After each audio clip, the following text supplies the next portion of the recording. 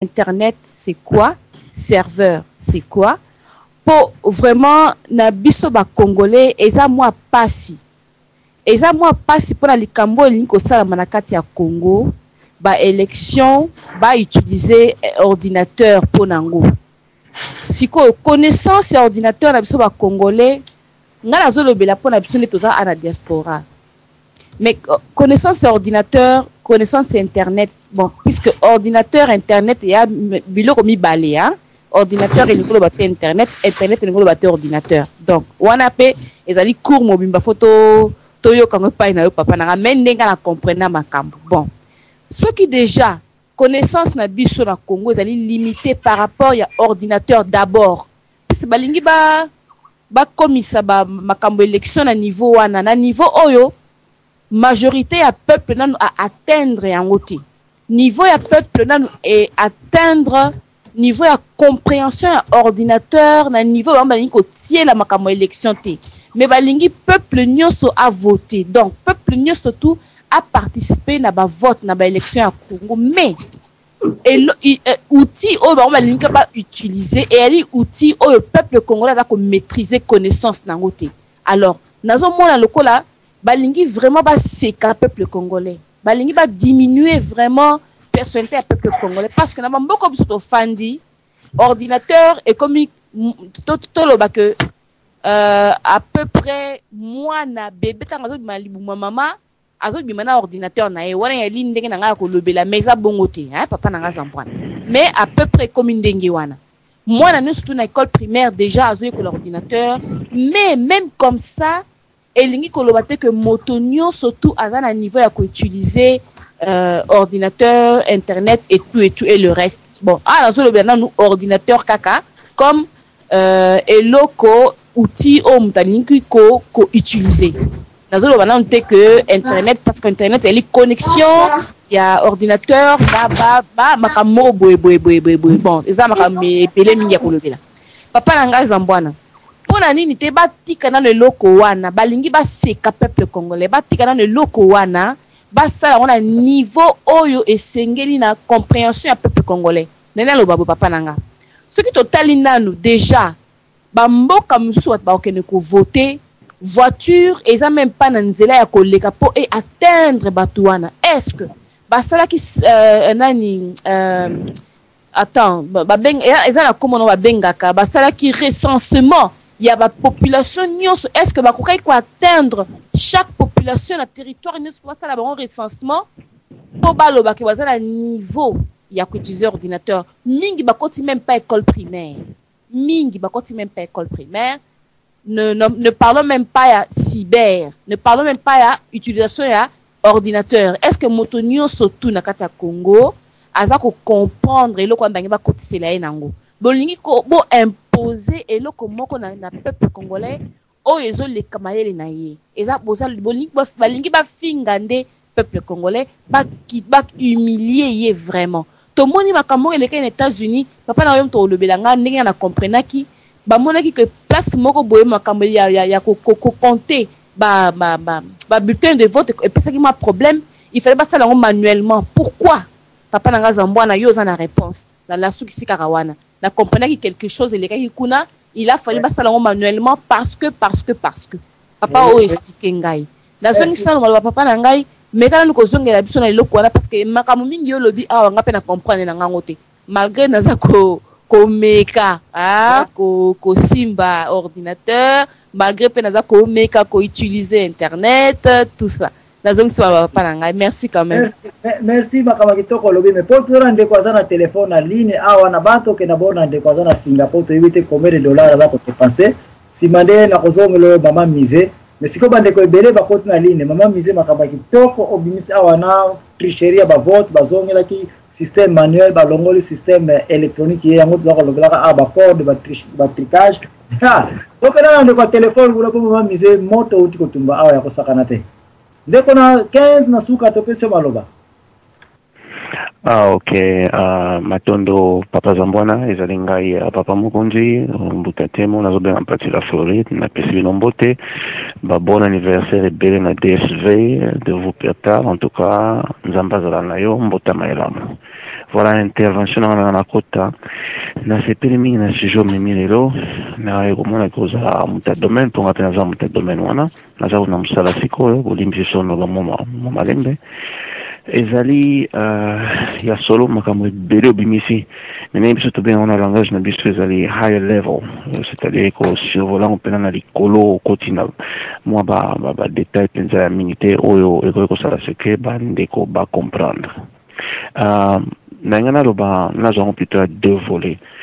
Ya liboso oyo bata idps bakana koluka mpo bakota na serveur central mpo na nga namonaki yango one tolobaka like a joke, namonaki yango lowa liseki on dirait bato moko bayebaki makambo bazolinga kosala te mpo baserveur central eza kuna te oyo baza nango sur place mpona utiliser terme peut-être bato mingi bakoyeba babenga yango baclient interface, donc ezaka client moko soki utiliser mais mutu nango mpenza eza à part quoi, quelque part d'autre ndenge bato bayebi na domaine neti nga na gera baserveur ebele mosusu eza na bacorée du nord bacorée du sud bajapon bamaroc nala baserveur ebele na gera yango naza na besoin nazala sur place te mais napesaka bato moko baclient olango baclient interface mpo bazala a mesure ya kosala mosala balingi mais badonné na bango nga motu napesa bango yango. Bon bref, c'est juste pour dire que j'étais vraiment une curiosité namonaki bato ebele na CENI. Je me suis dit, est-ce que Papa Tshisekedi a conseillé la technologie? Parce que s'il en avait un et s'il était à mesure de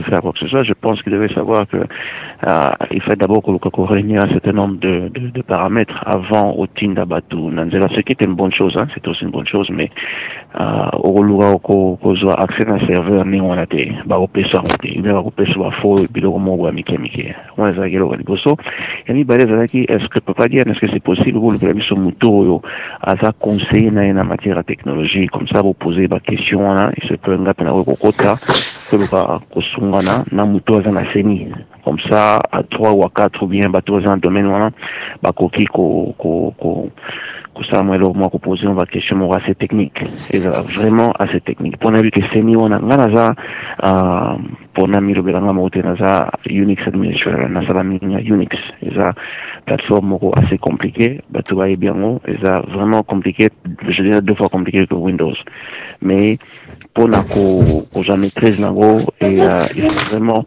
des connaisseurs. Donc et vous allez bien ce que Papa dit, on va inviter Papa Tshisekedi, il y a des domaines où on a un CENI, si c'est possible, pour toutes les questions clés. Vraiment, par question, par exemple, pour d'entraîner les ennemis, hyper nos ennemis comme ça, qu'il y ait à peu près quoi, place d'information pour vous en fuite. Donc voilà, intervention en un mot, c'était juste une curiosité, c'est de savoir si Papa Tshisekedi a conseillé en matière de technologie, parce que s'il n'en a pas un, je pense qu'il serait peut-être temps de le faire et de prendre des choses au sérieux, tout en sachant que Autrichien on a un niveau serveur plutôt, mais on les arabes clients ont utilisé et ça pensa core ma soloté, changer n'importe. Voilà, la zone finale de Papa Diamond. Merci. Merci ndeko na wanga kwa bajaba kuna. Allô. Oui, papa Zamwana na ligne a intervenu mon monsieur.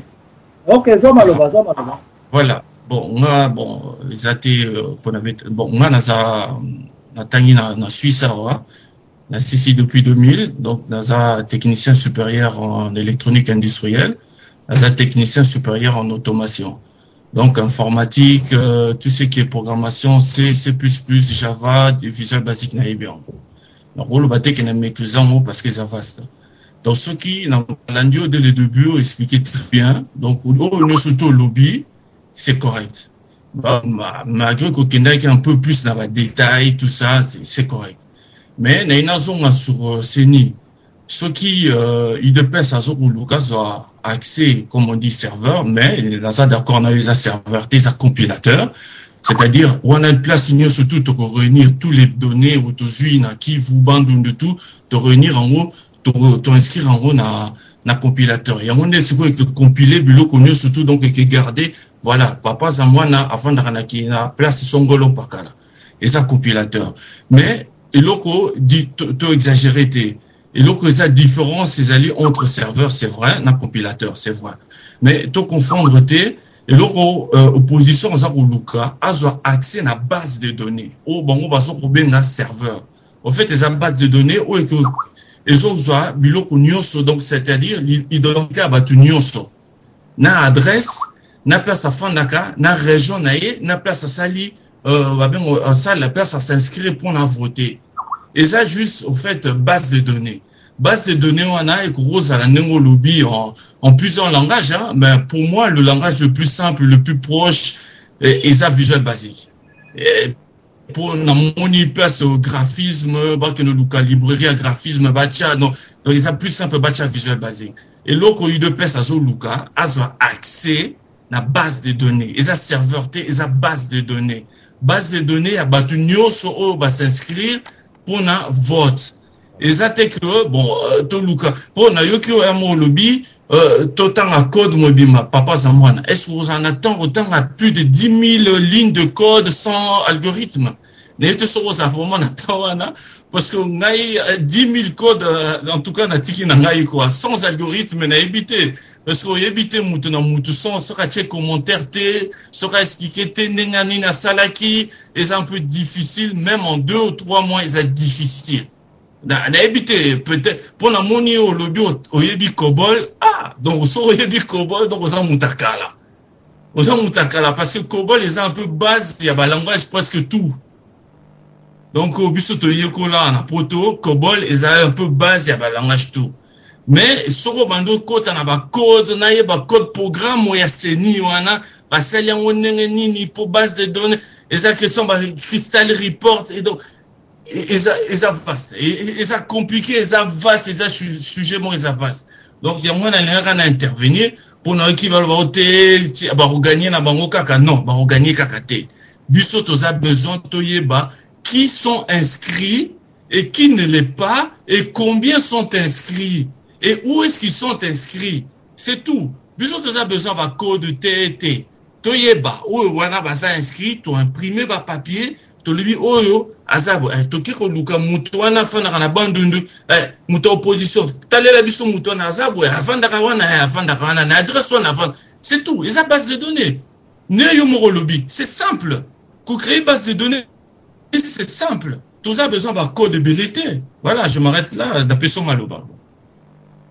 D'abord, la félicité binomi balé ba spécialiste de côté en contradiction à ta moko égalité, sauf que tika ko spéculer que Visual Basic ya ngoka ba ko utiliser. Visual Basic c'est le plus facile à reconnaître rapidement. Ce qui oui, dans le lobby, papa Zamwana, dans le lobby, c'est plus facile. C'est plus facile pour na ko sala ba graphisme et tout. C'est plus facile. Parce que sur le côté on a passé. Yo kana na on répondre question papa Odon. Est-ce que yo papa Zamwana ba jour ce qui va dire que to reprendre codification ya programmation ya nani ya makamba élection oyo. Est-ce que tu as sur le temps intikali yo on découpe si réponse to que na Visual Basic. Vas-y, voilà. Oui. So to na Visual Basic en moins de 2 jours to ko programmer ba biloko ezali que ego compter c'est et puis élection qui fait un temps to beta modada. Oui. Ça va dépendre. Là, tu as raison. Alors, avec le Visual Basic, et puis tu programmer en gros, dans quelques jours, tu tester en gros, tu as libre debug et puis écoper ça sur le résultat comme il le faut. Voilà. Sans tricher, un temps. Tu as besoin de sophistication. Mais, là, si on a yébisile bino que, faites attention, photo yéba plateforme ni ba ke itala ndeko moka utiko bimo ya bimelinga na Java. Muta Linux. Donc, ce qui plateforme, il y a la compilation na Linux. Là, tu as une expertise, il y a trop de temps que nous avons un code na bango, ou va programmer là qui est là et comme qui peut le casser. Mais le problème est que aussi nous avons la volonté de diviser programmation en sections. Parce que nous sommes une section à procédure, nous sommes basés côté identification, il y a report. Voilà notre cabolitage, et ça c'est une équipe qui fait bisoté. Donc nous sommes volontiers, nous sommes informaticiens congolais, nous sommes tête, algorithme ici. Des algorithmes to bima on va repasser sur algorithme logiciel na bangote. Mais biso to créer algorithme pour te quelles sont les possibilités il y a pour tricher. Place ni ba ko tricher. Est-ce que ba ko ba comme to tia ko tel multiplié par autant ou bien to incrémenter ba arithmétique nyonso yo pour ebatira ba point na côté ya nini. Il faut que tu concevoir il y a biso moko banani ba algorithme Là, maintenant, on peut vérifier les 10 000 lignes à code Oyo. Na ba place spéciale kaka auto yebi été. Oui, mais Papa Zamwana, toujours avec l'algorithme. Parce que sur le bit 10 000 codes sans algorithme, pour moi, c'est impossible. Bon, c'est impossible. C'est une question si il y a pour l'angai avec l'expérience à corriger ba erreur. Et là, quand on voit là, tu reconnais ligne par ligne. Mais Papa Zamwana, Papa Zamwana, excusez-moi na kato maloba, na soki mutu asali code na ye. Informaticien sali code na ye. Soki alingi ayebate ke alingi yo oyebate nenga sali akoki ko salango. Toza d'accord na yo. Yo za informaticien. Soki yo papa Zamwana osali code na yo, lobi ke na lingi te Kadian Pemba ayo mo ayeba nenga na sali code na ngai na koyebate. Toza d'accord na yo. Il suffit de mon commentaire. D'accord, mais si vous connaissez il y a budget. Ce qui est ça qui mbongo nanga epa na yo développeur. Osa langa software et puis na ye biso ke pesa ngai mot de passe na accès dans la programmation na yo. Mais complètement na ba script nyonso ça li ekomi ngai. Oui, tout à fait. Oui, d'accord. Oui, alors zali Congo et pesi mbongo na seni e fouti quelque part mutu. Mutu ngo seni za objet ko yebisa yeke ngala pays na ngala komi na choc.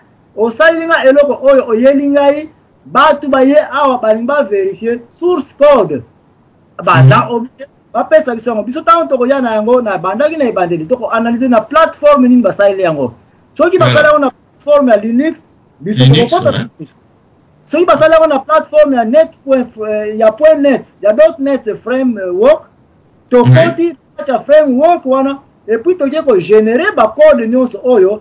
Qu'est-ce que moi je demande ici? Soit source code nyonso wana, copie yango, paste yango ata na Notepad ou bien na Microsoft Word, poster yango, tindi yango na biso nyonso, ngana za na États-Unis na kozwa pe copie yango. OK. Lokola lingi mboka na ngai, na kozwa tanga ngai ya kokende précisément na division, oyo eza en charge ya kosala mathématique. Ngana kozwa tanga mingi tenetika bino parce que ya yebisi bino déjà. Il y aura question des informaticiens, na ba senior informatique qui est ba pension ba guru ne zibiso, mais volume ça na za ko se vanter, o lo bien so une dit comme na source. Oui, non, soko yebi Cobol, soko yebi na silisi na 2000. Donc na bandi kotanga depuis 92. Soko yebi Cobol, c'est que oyebi informatique. Parce que eza ancêtre ya ba langage presque nous sous C, ba Pascal, ba C, donc voilà. Bien sûr. Donc c'est comme ça où tu reconnais la source code et puis tu reconnais la place précisément tu reconnais attention, il y a place à introduction, il y a input, il y a combo, il y a candidat ezaleli. Na logique o eza kolanda algorithme à chaque mot na ba powana ya passage entre ba condition if boye taboy if boye taboy ba if nyonso wana même si zali mille to kolala ngo coussin. OK. Na kena ndeko chancelier. Oh, merci mingi Mbuta Zambwana na pesi bandeko nyonso mbote papa Odon maman Misé et puis bandeko nyonso. Vraiment na se feli mingi. Papa Zambwana koyoka bino koloba nga vraiment mute mezolela. Désolé pourquoi parce que j'ai vite compris que tozana bato bakoko sala expertise par rapport ya connaissance oyo bazui libanda. Hein? Vraiment ça me fait chaud au cœur que tozana ba expert ya boye mais malheureusement na circuit électoral ni tout ya boye ezate. Na ko revenir un peu la question Papa Odon. Papa Odon a posé une question très importante. Alobi, est-ce qu'il est trop tard? Il y a qu'à revoir Babiloko wana. Moi, j'ai dit non.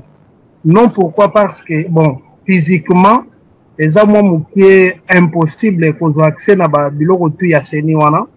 Mais, moi, j'aurais souhaité une chose. Qu'on mette un peu comme ça la contre-expertise.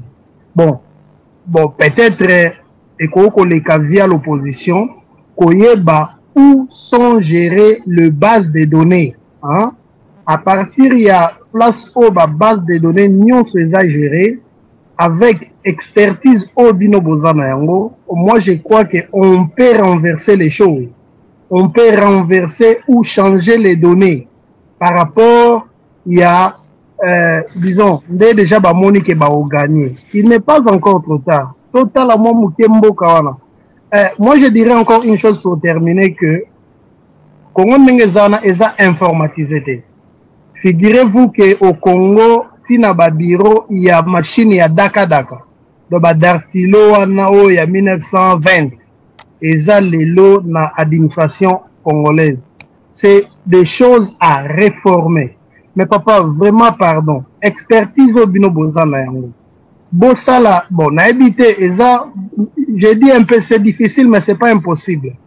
Ndenge papa moko tuna kia lobi, mais est-ce que l'IDPS bazana ba conseiller technologique, hein, na sens wana, komeka un peu ko sala que, et l'autre moko ya bongo soke ko salama, et ko zala très bien.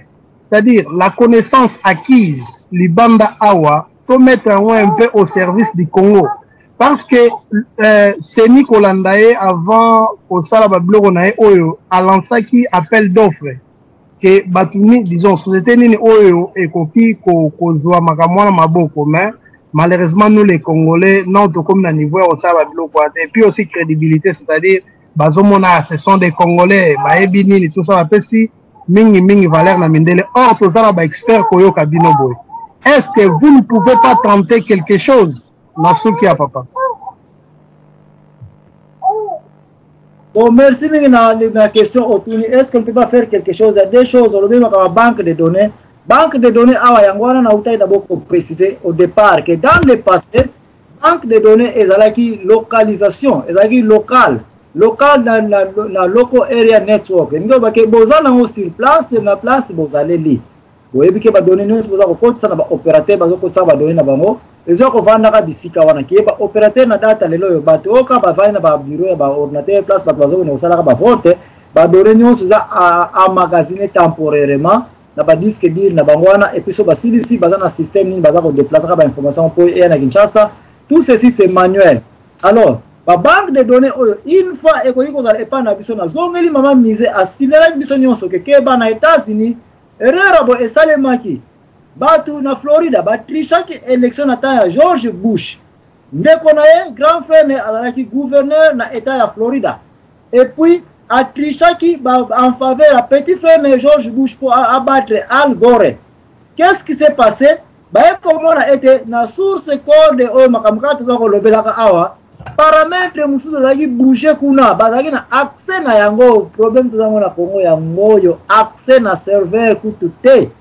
Mais accès na source code. Alors, décision bazizwa ki totika yango pena no wana yango ordinateur yango tuza ko pesa confiance mingi, toke ne pe manuellement. Babandi ko compter manuellement. Ezo kata mais yango de basalelaki. Bon, biso comme il n'est pas encore tard, il y a deux choses ezali awa.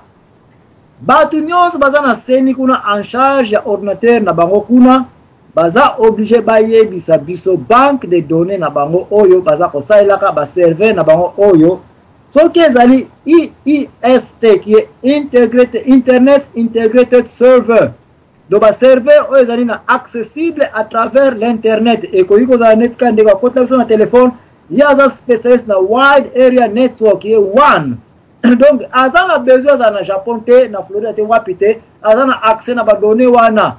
Voilà makambo lobeli awa ke soki ya biso ba serveur ya Congo qui je sais déjà que eza bongo mutu ako sabinote ba données yango eko za la store na place bango bazana contrat na bango et puis ba données yango eko kita na Kinshasa na temps nyonso bali ko kitisa yango na Kinshasa na ba serveur na biso na Kinshasa donc eko za la boye ozana bandundu bo votaki élection esili okomona système akalateke batu bayaki na ba bande magnétique bayaki na ba nini nekata na biso na ba kobo ke boyaki na ba bande magnétique boye na motina Kinshasa po bo compiler yango non wana ko zala na même moment baza ko sala ka ba élection na bango ba donner ezokende par internet parce que na yebike ba centre ya seni onyon sa ba élection peut-être ba ko zana système satellite soki ba ko zana système satellite c'est que ba donner za ko leka na internet ezokende quelque part avant ezongela na Kinshasa kunande bako tricher yango soki balimba tricher quantité en fonction ya ba données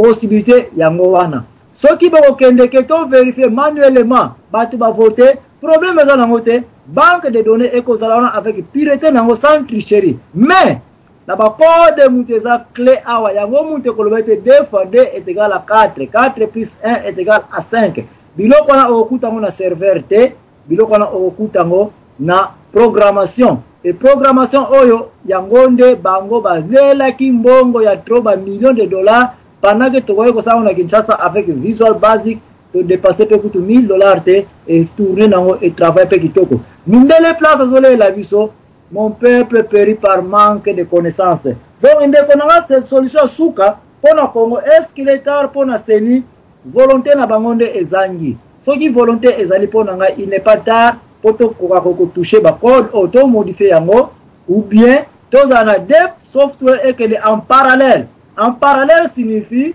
tika ya bango evanda wana emela ba données o e calculer yango tika pe oya biso ba expert wazo kende kuna basala pe oya bango pe programme na pembeni oye ko benda pe même information na database wana et compiler yango te mama lika ko compilation donc na banza toke ne pas ndeko Jacques Kini et puis non Ghislaine ndeko Ghislaine za kota ya vande ko Jacques Kini ndeko Ghislaine apese maloba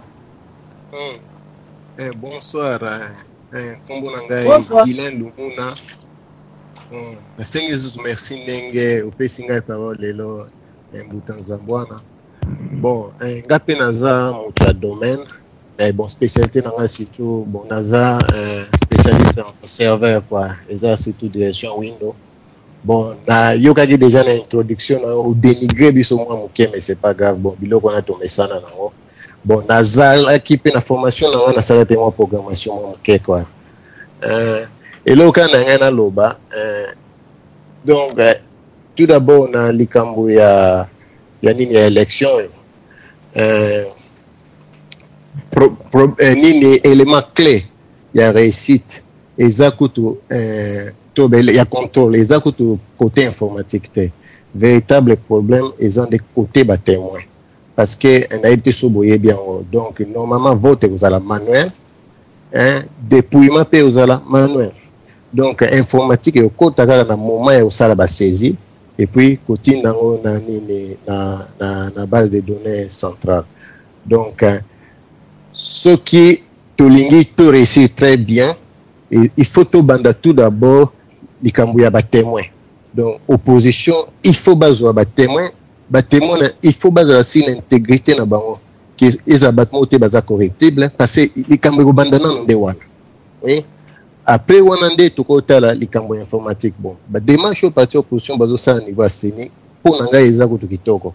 To ko bunda likolo ya terminologie au serveur au database mais finalité eza moko baza na accès na système ou comptabiliser ba va wana pour baye baka ko comparer ngona ba données ou bango moko bazan nango donc pour nangai démarche opposition ça les a très bien parce que tout a besoin surtout de transparence alors impression tout mo pesa na moment et comme ça la net que o bako ko sabi soit tout prix c'est faux ceux qui tout na ba témoin déjà et ça déjà à tout moment nene ko to koleka côté comptabilisation, il y a toujours facilité à contrôler la base de données. Même pour tout le monde qui a une base de données, il va utiliser. Peut-être qu'ils utiliser Oracle ou bien SQL. Bon, on est en anglais, il y a grave pour nous contrôler. On sait déjà si vous avez accès, il y a logiciel standard, ils ont un bas prix, où ils permettent déjà de faire l'audit. Donc, défaitisme, on a senti, ils ont costa bango, peut-être organiser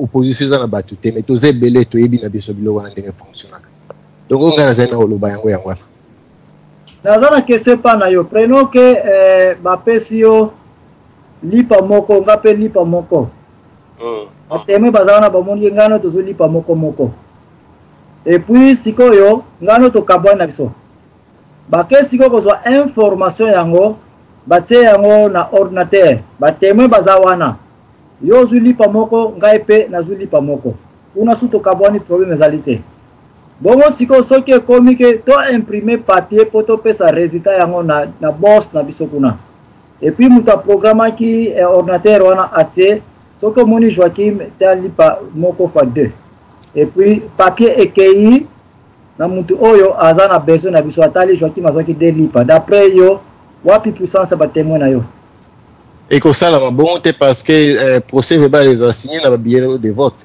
Est-ce que yo kite ke ba mindele batu ba créer logiciel wana et que ça la comptabilité oyo lobby et que ba mindele yango baza corrompu et que ba mindele yango soki ba travailler na kabila.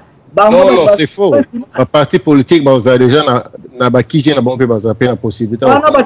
Mais comment ça n'est pas au na lobby déjà que nini audit ya base de données est nécessaire. En plus c'est compliqué tendenge bino bongo bimisangwa. Bien, donc na base de données ndengo lingi base de données. Namda ko sa ba données na base de données. Kasi yango na lobby te ba témoin ba ndokoti ça. Merci.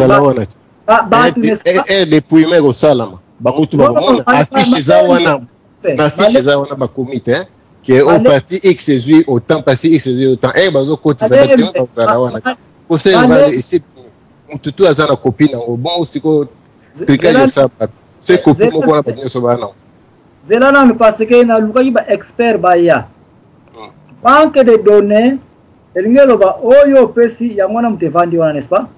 Oui, mais oui, qui nga point nanga, na ozo insister que tout côté informatique, c'est vrai problème et ça intégrité à témoin. Vrai mais quand ça monte yo kali yo on va faire sa confiance à témoin. Nga na to zuli pa moko. Les témoins sont là et si ça na lobby bon bozuli pa moko bo sali procès verbal bino tout bo signer il faut pas bosser le moko l'élection est à la présidentielle na législative de la moko. Ngolo ba copier ne koza ta bato 10 bazana même copie ya nini ya procès verbal wa. Bon, merci. Est-ce que yo qui était ba carte o ezapé dupliqué?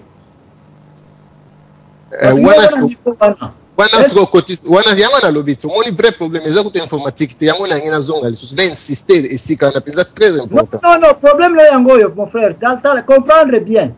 Problème na yo ozoye bateke biso tozoko kende na procédure moko na moko place option à tricherie et kozalela. Yo ozana procédure wana qui est mutu nyonso oyo za expert pe ako comprendre yango. Yango wana mutu nyonso ako telemena na Congo. Mengai na zako yana expertise oyo ya molili ya mundele oyo mutu nyonso te azana conférence azako yo kabiso ayebi. Donc kuna tu que vote za l'électronique te. Mais c'est ni pourquoi il comme serveur. Qu'est-ce que signifie serveur électronique te vote nazo insister na mwana vote ko za électronique te. Vote nana programme kayango.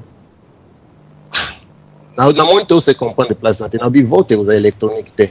Donc comptabilité oui donc yango na bi donc informatique intervenir car à partir à saisir. Il ne peut ça annonce résultat. Votre comptabilité et que salama mais entre temps ni ba procès verbal ba parti politique nous chez ça alors nazo mona ici ka problème exact c'est biso tozana élément de contrôle problème yango na contrôle donc il faut qu'on limiter une intervention informatique c'est ba limiter on passe même à poto ngana za na Hollande biso déjà ne tozabo nini vote et salarié manuel ba boya informatique parce que tout mon côté à Coco contrôlant à 100%. Merci beaucoup. Quand on a commencé à monter. On a commencé à bien. Est-ce que tout ça la élection n'a d'une façon électronique pourquoi pas donc d'une façon manuelle? Sauf que d'une façon manuelle, tout un système qu'on a ce système traditionnel, qu'on a ça voter. L'élection vote aux annonces manuel, mais comptabilisation en informatisée, mais ça pour un peu accélérer au moment que c'est au lingi tous une semaine ils ont des problèmes mais kolobake non bon tous spéculer finalement mais ils ont bien sauté quand même base de données ni bazo utiliser on est bien ils sont OK pour utiliser programme tel pour nos salles audit non ils ont un facile mon frère tikana kenepe na côté technique oyo ozali ça on a mutué banque de données ce n'est rien d'autre que zoa information tia yango na kati wana yo zo ki nayebi ya to pesikoyo matungulu mibale yo zoaki Joachim azoi 4 matungulu résultat tokotala nani wazi matungulu ebele résultat wana eza banque de données te résultat wana mutako calculer yango ndenge yo en comptabilité to bien en compiler na vrai terme technique ya informatique c'est le compiler wana kana zolo bana français batumingi bayoka français pana biso bon, il y a une chose qui est vraie dans l'informatique, nulle part dans le terme anglais. Je ne crois pas qu'en français, dans le terme de programmation. Donc, ce qu'on y a une informatique, dis-moi en français. Il n'y a pas un seul programmeur sur cette terre à cause d'un bon programmeur. Bon, tu continues le solo, tu continues. Donc, le point là, ba banque de données ba témoin manuel tika bango kuna ba je abana mike bazo tikela ka biso ba africain to sakana ka kuna ngana zo na mundele pona prouver mundele ete ngana eto tangi na même ba na Washington place mundele ko poste la ngai place ngana zaleli place intelligence ne zali place ngana ko prouver intelligence ne zali kuta place na ko fongola ba bana Congo misu ke boko za na ba témoin na bino boko compter Kabila 1 Tshisekedi 1 Kabila 4 Tshisekedi 8 Mettons Kabila a comme à 7, la voix est Sili, Papa Tshisekedi 8, Bataki code, Kabila est égal à 4 fois N. N Kabila est petit comme 7, 7 fois 4, compilateur qu'on récite 48, 28. Et c'est là où l'intelligence est allée, c'est là où on a koloma été moi na Congo fongola mis ou bien toke na o maman misé à logi. Toi qui te montre to clair na compiler o ba sale programme OET. So ito yeko diba ya moto tester ya mote biso to kondima machine na bango OET toke na système manuel. Ça c'est première possibilité. Deuxième possibilité, serveur na bango na kiye indika moti ko ba banque de données. Aussi longtemps que ezali basé sur internet et que ba données na ba région ezole kana internet pour que ko vanda wapi ndeko na téléphone na loba jango bien yekuta za spécial na wide area network à clarifier yango. Bazana besoin ba données na Kinshasa ça peut être n'importe où au monde. Place wana na cloud wana virtualisation wana place kozala ba données wana mundele na Kabila na PPD baza capable ko beta na ba chèque na bango modifier données wana qui yango za ko auditer yo ko auditer ba données centre de données o eza eza na Hollande eza na Joachim. Allô Papa Joachim. Allô oui. Papa Joachim nakanisi eza ngai vendredi sa partie la Dallas. Oh là là. Allô? Pardon, donc il y a un ordre, n'a pas sa papa Jacquini, et puis papa lui paie la batte, quand qui fait Kalana, c'est comme ça, le pardon, gardez la maloba. Ok, pas de problème. Papa Zambouana. Papa, oui. Merci beaucoup, Papa Zambouana, mbote na yo, hein? Allô? Papa Nabolim, c'est ça qui m'a arrêté. À vous l'antenne, oui. Oui, merci Papa Zambouana. Ozo Kanga? Allô? 5 sur 5 de Gokoba. Ah, d'accord, merci. Bon, ngai vraiment, naza informaticien, mais naza journaliste, en fait. Et nazo landa bino, mais bon, langage na bino mingi trop technique, alors nous avons du mal à suivre. Mais il y a une question très na niveau na biso pour tout un peu comprendre. Bon, premièrement, problème il y a serveur.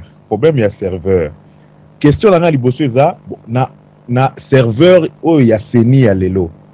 Nani nde a programma ki yango. Bon, peut-être question peut-être biso batuto yebi vraiment informatique net biso binoté. Tout un problème trop à comprendre le wana serveur parce que Seigneur azolo ba serveur bino bobimisi ba terme mususu bisosko ba tutoza du domaine nous avons vraiment du mal à comprendre. Mais ngana un journaliste na kananga ya journaliste nengi juste na comprendre clairement serveur wana oya seni nani a programma ki yango. Alors eloko mususu eza batu o bazo sala na seni ba technicien oya seni lelo. Est-ce que ba yebi ko gérer serveur yango soki eza bango mutu ba programma ki to batu mususu ba programma ki bon ba pesi bon ba sala c'est parce que yo tangi na États-Unis donc oza na connaissance moko na landi yo vraiment ndengo expliquer makambo belé donc oza na ba connaissance wana parce que question nga nazo mi tuneza est-ce que na Congo bato to mona ki wana tango bazo kende ko déposer ba candidature ba recevoir bato nga moko na s'enrola ki na Kinshasa naza na carte d'électeur malgré que naza na Belgique siko na kenda ipe wana na ebite soki kaka bato bazali kosala biso ba enrôlement wana bango nde mutu baza ba technicien ya seni na yebite donc problème na nga ya liboso question à serveur mais quand ils sont clairement et zanini et puis nani a programmé kiango. Deuxième chose, problème il y a na monaki, problème il y a la carte de lecteur parce que ma carte de lecteur pour na kozwango ngamoko na zwa carte naza na carte de lecteur nangai awa na Belgique sikoyo pour na zwa carte de lecteur nanga na tiaki empreinte digitale nangai. Mais curieusement, tout le monde batu bazana ba 2 cartes de lecteur, 3 cartes de lecteur na ba combo différents alors que ba tiaki pe ba empreinte digitale na bango. Ce que le problème nangé zali, est-ce que na seni na base de données na bango ce qui mutu atie empreinte digitale mbala moko comment ezo sala make la même empreinte digitale ezali susu ko zwa mutu mususu na combo mususu mais la même personne est-ce que bazali eza bien réglé ou bien eza problème nini ça c'est de 2 de 3 likamunde kwazo loba ya ba témoin bazo ça la ba dépouillement na maboko ndenge balobi donc to loba boye ceux qui basali dépouillement na maboko donc bako compter na maboko bako koma na maboko soki ba okoma na maboko po na mayele oyo batu bazana ngote na kati ya ordinateur ba témoin fo bazala na mayele ya kozwa ba procès verbaux ya oyo ebimi na ordinateur te mais oyo ekomami na maboko ba signer parce que là ekozala garantie pour na bango. Ce qui va zeli oyo ekobima na ordinateur, c'est vrai, ils ont la possibilité ébélé na kutu batu ya seni ba technicien seni bango mo baza capable ba comprendre te makambo ezo leka na kati ya nini po muto ba programme ki ba biloko wana bango bazo salela eza bango te. Je ne pense pas que ba technicien seni muto ba programme ki yango. Donc ceux qui ba témoin ba zeli ba donner oyo ekobima na ordinateur po ba signer alors là eza sûr et certain que tricherie et que ça la makasi mais ceux qui tango bazo komana maboko wana ba signer wana peut-être de cette façon là on peut peut-être éviter kawana donc ba préoccupation na ngeza wana misatu problème boso ya serveur problème balé ba carte de lecteur na ba empreinte digitale mais zo les kana base de données moko mendeni base de données wana eza incapable de détecter que mutoyo asia mitiaki na kombo mususu parce que a on a poto to yebi on que soko tiaki déjà misapi OK soko tia deuxième fois automatiquement ba détecter. Comment ça n'arrive pas? Il y a mis ça tous les cambo ba témoin ndenge na uti koloba. Soki ko répondre ngana na ba préoccupation wana. Merci Mike des questions posées et que ipende mo kona ba question o mama na le misa tunaki. Bon pour la serveur d'abord, tiens on a mutu ya bo poye. Serveur rôle na yango on a expliqué bien ça fait trop. Ozomo yo ozana machine ya yo moko kaka. Comme personnel na ne PC na yo. Si vous avez comme osombi logiciel na yo par exemple ya Excel. Ote yango na kati machine ya yo moko kaka. Et que logiciel yango coûte par exemple $200. Imagine toi sur ta compagnie tu allez 20, 50 personnes. Donc 50 fois autant de dollars yo sombeli yango donc nombre batuma na ko servir na bureau na tu vois que je perds trop d'argent. Mais ce qui n'a pas un système, il y a local area network et que les ordinateurs nous sont interconnectés localement à la place de Bovandi. Nous avons licence qui peut servir par exemple 100 personnes. Nous avons pris il y a moins cher comparé à ceux qui ont et ça n'est pas aucun magasin au sombi ça qui a l'osso. Nous avons popo il y a sa pombi. Apparemment, il y a 100 francs.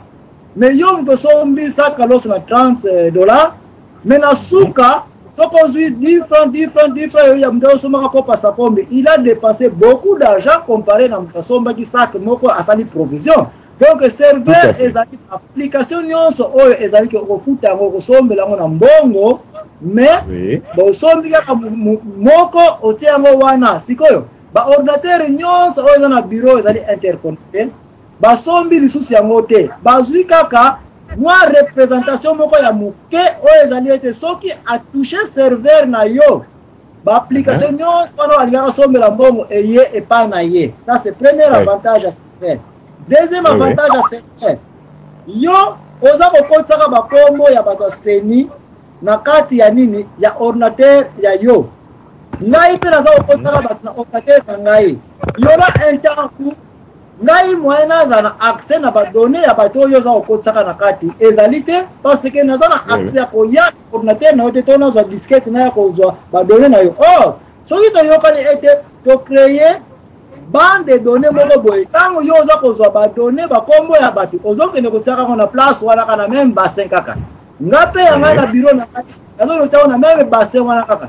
Sikoyo ngai na yo tokozala capable ya kokabola bassin wana kaka d'une façon commune, mais pour procédure wana ezala possible ezala facilité il faut qu'il y ait machine moko na katikati ko jouer rôle ya gateway ya ko jouer entre yo na lekisa yo okende kotala yango. Est-ce que vous avez la permission pour que données wana? Oui, na lekisi okende kozwa badonné wana. Donc nanga na tozokabula ba même données tout comme ceux qui na sali management ya serveur oyo na koyiko yeba nango azana accès ya koyeba bakombo ya batu na batu basama malade na batu bazana nyongo. Donc je peux bien vous limiter au rezala ke okoti kaka okeko ça n'importe quoi. Donc un serveur yango pete mutebomba ka badonné. Un serveur yango pete mutu eza na programme. Un serveur azane kaka un aiguilleur de rien du tout a edaka batu olingi na sa ile nini ozana permission. Oui nazana permission kota ya ko za badonné elingelo bati petre en Hollande okoyo kota na serveur ya Kinshasa poko no za badonné o eza na serveur te mais o eza na machine moko o ebomba ka ba information serveur ne mutu ko surtout permission. Est-ce que ozana ordre o ya na awa na kata semi ce qui aurait dit oui, pesa nga mot de passe na Alibaba ouvre-toi. Pesa nga banana comprendre que oh oui, on a permission. Et bon jour on a musala na serveur wana administrateur alongoli kombo na a retirer pesa pensa de kende au revoir ko yaka awate.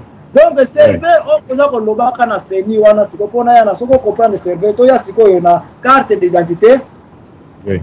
Tango ba tunazoka ne ko sala ba identification oyo. Musala bazoko sala wana ba paramètres ezali o bazako exiger bango bako sala na ordinateur un misapi na yo deux kombo na yo et quoi dans ce côté mais la donner nyonso wana d'une façon locale manuelle na ordinateur wana tango bazu ba donner wana soki baza na système par internet et que directement ko vanda wapi na serveur te mais serveur a permettre ba donner wana et que ko vanda na bande de données et que ko vanda wana. Si vous répondre à la question de la duplication, c'est yaka awa. Au cas où vous avez misapina yo, misapina ya yo moka empreinte digitale na batri ba na monde bazana yango te. Si il faut qu'il y ait un comparateur. On va comparer misapina yo. Soki mutu mususu aye na même numéro ya misapi, mutu ami balé akozwa rejet. Mais soki tabia yo kaka ekoti, misapi mutu mususu na consulter ye. Données différents et continue dans le sous. Et l'ingénieur va être code ya misapi ya ba empreinte digitale na ba programmation o ya ba seni eza na comparateur mon côté. Wana to zongi na compiler na programme na logiciel. Donc logiciel na bango oyo eza ya kubola c'est un logiciel à jeter mutu programme qui yango azali ya mayele te. Mais ce cas-là, il y a des conditions morales Alibaba avant porte et Fomwana. Ni sapinayo numéro de compagnie rejet total. Donc, pardon. Oui. Pardon, Nakatio Malobate. Donc, celui qui est total à Randengo Lobeliwana. Donc, celui qui a 32 millions de lecteurs Oyo Seni a précisé son nombre. En réalité, Bazala Bango 32 millions de. Parce que ceux qui moutumoko Aza 2 fois, 3 fois, 4 fois. Azan a 2 cartes de lecteurs, 4 lecteurs. Bon, on va compter, au fait, selon le nombre de cartes de lecteurs, on va délivrer, je pense. Mais pas selon les individus. Parce... Non, vraie réponse dans le ça yo. Il n'y a que moyen au koji ko identifier mutu na mabele oyo na misapi na ye. Mutu moko, misapi moko. Et il y a une première condition ya accès pose à la membre ya carte de lecteur non reconnue na système o ya seni. Première condition il faut dans la misapi na yo. Kombote parce que banjus balukomo baza million. Date de naissance te et là comme on peut être mais misapi d'abord. Donc ceux qui contrôlent na misapi eza nango na paramètre moko ya argument nango test wana eza nango na échec. Voilà qui peut que c'est écouter na serveur te mais na système ya informatique ya nani. Et ngelo ba été ceux qui na serveur wana mot de passe pour kota ezali misapi na yo alors misapi wana eza programmé na entretien eza programmé bien bon etoke na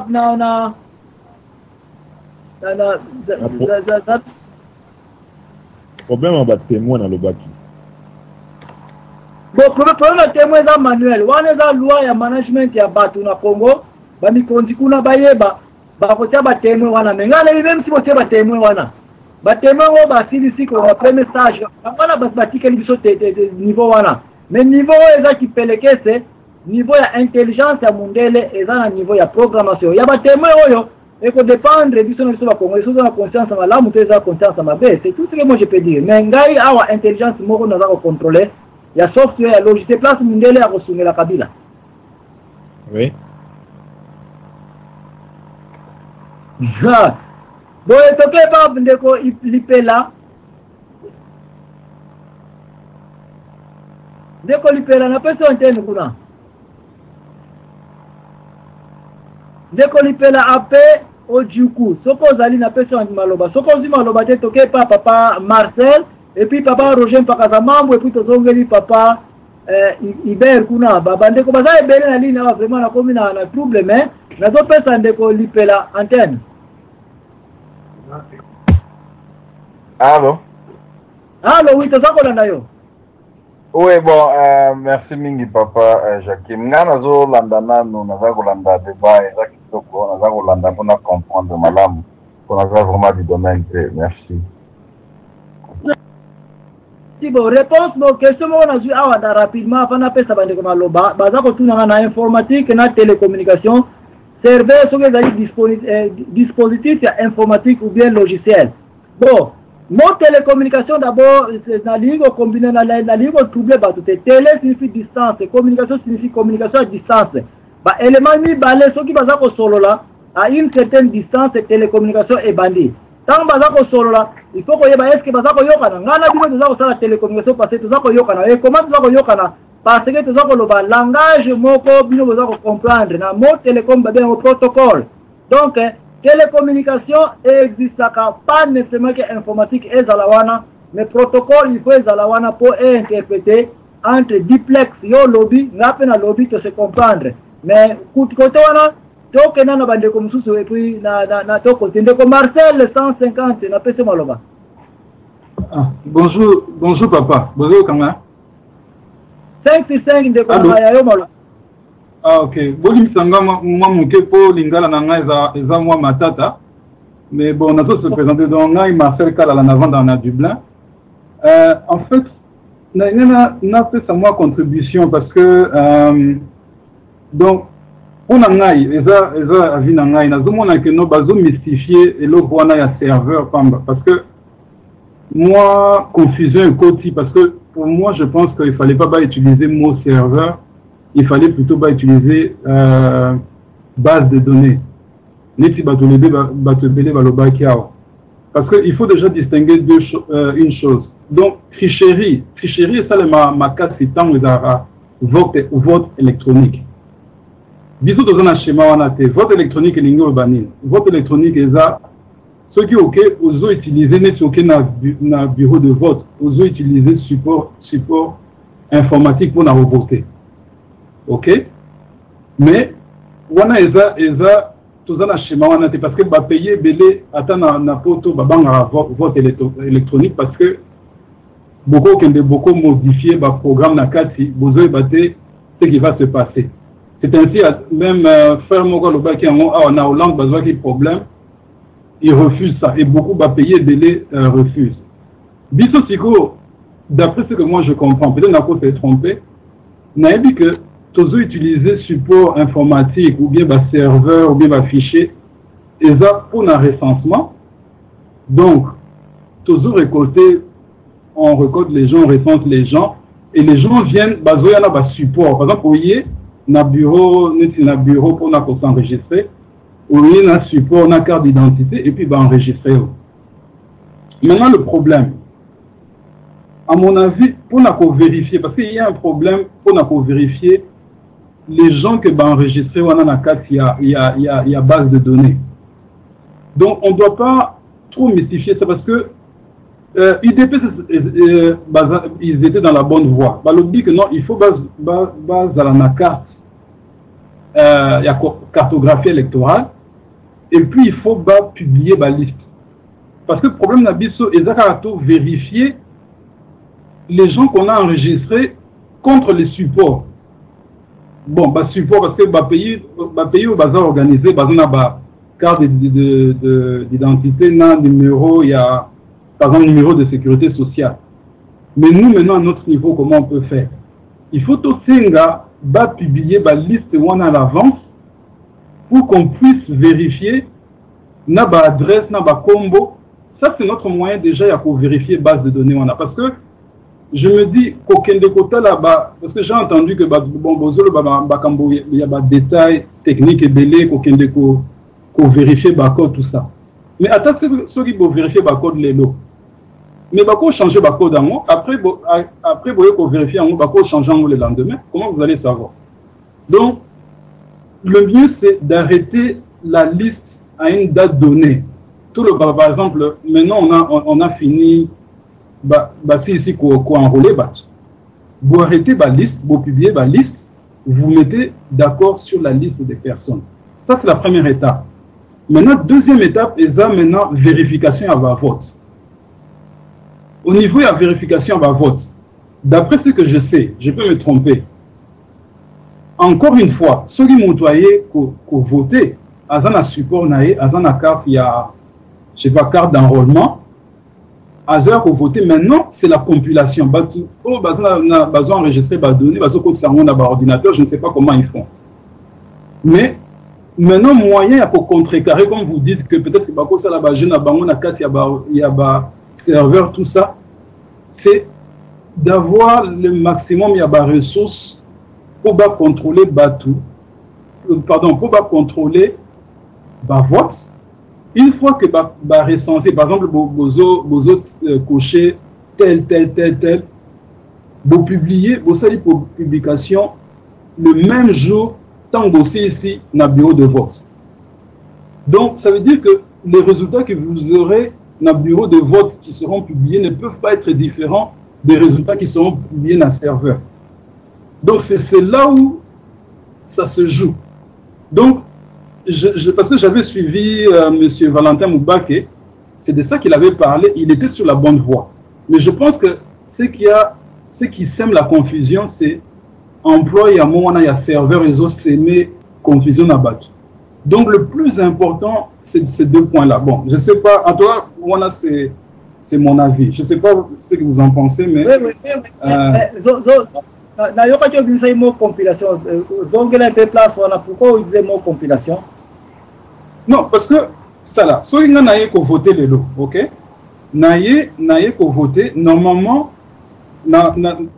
bon, parce que nous avons voté à Dublin. Si vous avez un papier, un support papier, par exemple, vous avez 5 combos au cocher.